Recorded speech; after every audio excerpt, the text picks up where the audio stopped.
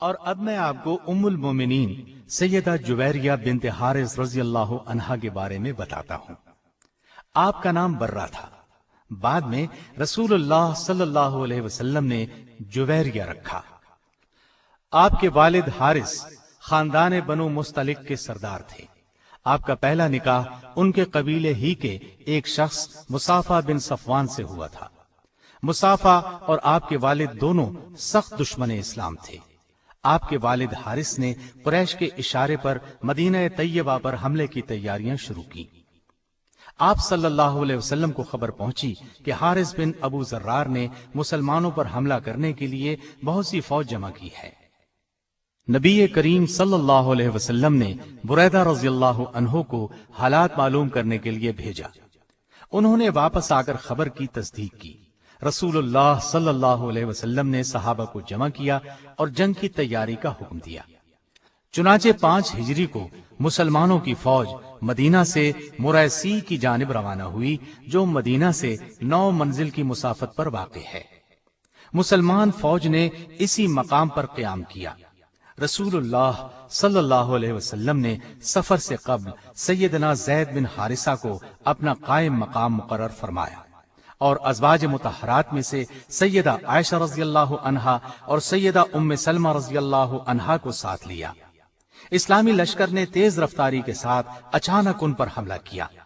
وہ حملے کی تاب نہ لا سکے اور ان کے 11 مرد قتل ہوئے، جبکہ باقی مرد، عورتیں اور بچے گرفتار کر لیے گئے۔ مال اسباب لوٹ لیا گیا۔ 2000 اونٹ اور 5000 بکریاں مال غنیمت میں ہاتھ آئیں۔ چنانچہ انہی قیدیوں میں حارث بن ابو ذرار کی بیٹی برہ بھی تھی، بعد میں جن کا نام جویریہ رضی اللہ عنہا رکھا گیا۔ مال غنیمت کی تقسیم میں سیدہ جویریہ سیدنا ثابت بن قیس کے حصے میں آئی۔ جویریہ کے لیے بحیثیت لونڈی زندگی بسر کرنا مشکل تھا۔ انہوں نے سیدنا ثابت بن قیس رضی اللہ عنہ سے درخواست کی کہ مجھ سے مکاتبت کر لیں، یعنی مجھ سے کچھ رقم لے کر چھوڑ دیں۔ ثابت بن قیس نے 9 اوقیہ سونے پر مکاتبت کر لی۔ ان کے پاس اتنا سونا نہیں تھا۔ انہوں نے سوچا لوگوں سے چندہ مانگ کر یہ رقم ادا کر دیں۔ رسول اللہ صلی اللہ علیہ وسلم کے پاس بھی آئیں۔ آپ صلی اللہ علیہ وسلم نے فرمایا، کیا تمہیں اس سے بہتر چیز کی خواہش نہیں؟ انہوں نے کہا، وہ کیا چیز ہے؟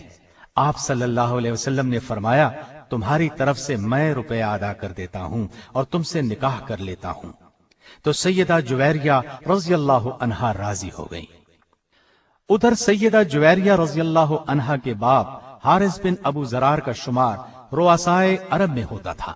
وہ اپنی بیٹی کی گرفتاری سے شدید متاثر ہوا اور رسول اللہ صلی اللہ علیہ وسلم کی خدمت میں آیا۔ اس نے عرض کیا کہ میں عرب کا ایک سرکردہ آدمی ہوں۔ میرا مقام و مرتبہ اور میری بیٹی کی عزت و آبرو اس بات کی اجازت نہیں دیتی کہ وہ کسی کی کنیز بن کر رہے اور اس طرح ذلت کی زندگی بسر کرے۔ میں اپنے قبیلے کا سردار ہوں۔ آپ میری عزت کا احساس کرتے ہوئے میری بیٹی کو آزاد کر دیں۔ نبی کریم صلی اللہ علیہ وسلم نے فرمایا، آپ اپنی بیٹی سے پوچھ لیں، میں معاملہ اس کی مرضی پر چھوڑتا ہوں۔ حارث نے جویریہ رضی اللہ عنہا کے پاس جا کر کہا، رسول اللہ صلی اللہ علیہ وسلم نے معاملہ تمہاری مرضی پر چھوڑ دیا ہے، اب جو تم کہو گی اسے کر لیا جائے، لیکن اتنی بات یاد رکھو کہ ہمیں ذلیل و رسوا نہ کرنا۔ اس پر سیدہ جویریہ رضی اللہ عنہا نے فرمایا، میں رسول اللہ صلی اللہ علیہ وسلم کی خدمت میں رہنے کو ترجیح دیتی ہوں۔ رسول اللہ صلی اللہ علیہ وسلم نے ثابت بن قیس کو ان کی طرف سے مکاتبت کی رقم 9 اوقیہ ادا کر کے شادی کر لی اور حارث جو بیٹی کو چھڑانے کے لیے آیا تھا مسلمان ہو گیا۔ رسول اللہ صلی اللہ علیہ وسلم نے جویریہ رضی اللہ عنہا کو آزاد کر کے اپنی زوجیت میں لے لیا۔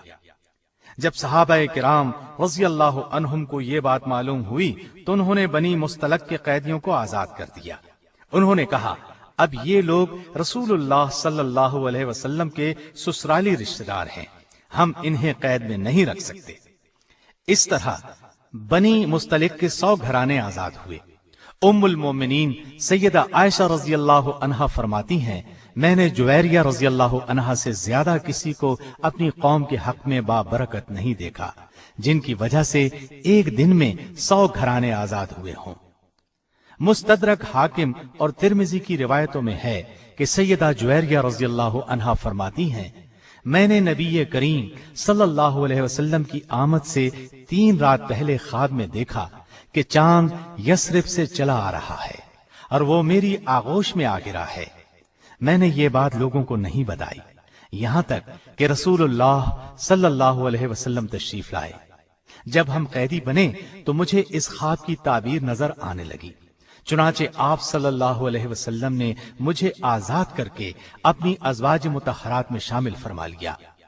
جب آپ نبی اکرم صلی اللہ علیہ وسلم کے نکاح میں آئیں اس وقت آپ کی عمر 20 سال تھی، وفات کے وقت عمر 65 سال تھی، اور آپ نے ربیع الاول 50 ہجری میں انتقال فرمایا۔ ایک روایت کے مطابق انتقال 56 ہجری میں ہوا۔ مروان نے نماز جنازہ پڑھائی اور جنت البقیع میں دفن کی گئیں۔ آپ صرف چند احادیث کی راوی ہیں۔ اللہ تعالیٰ کی ان پر ہزارہا رحمتیں ہوں۔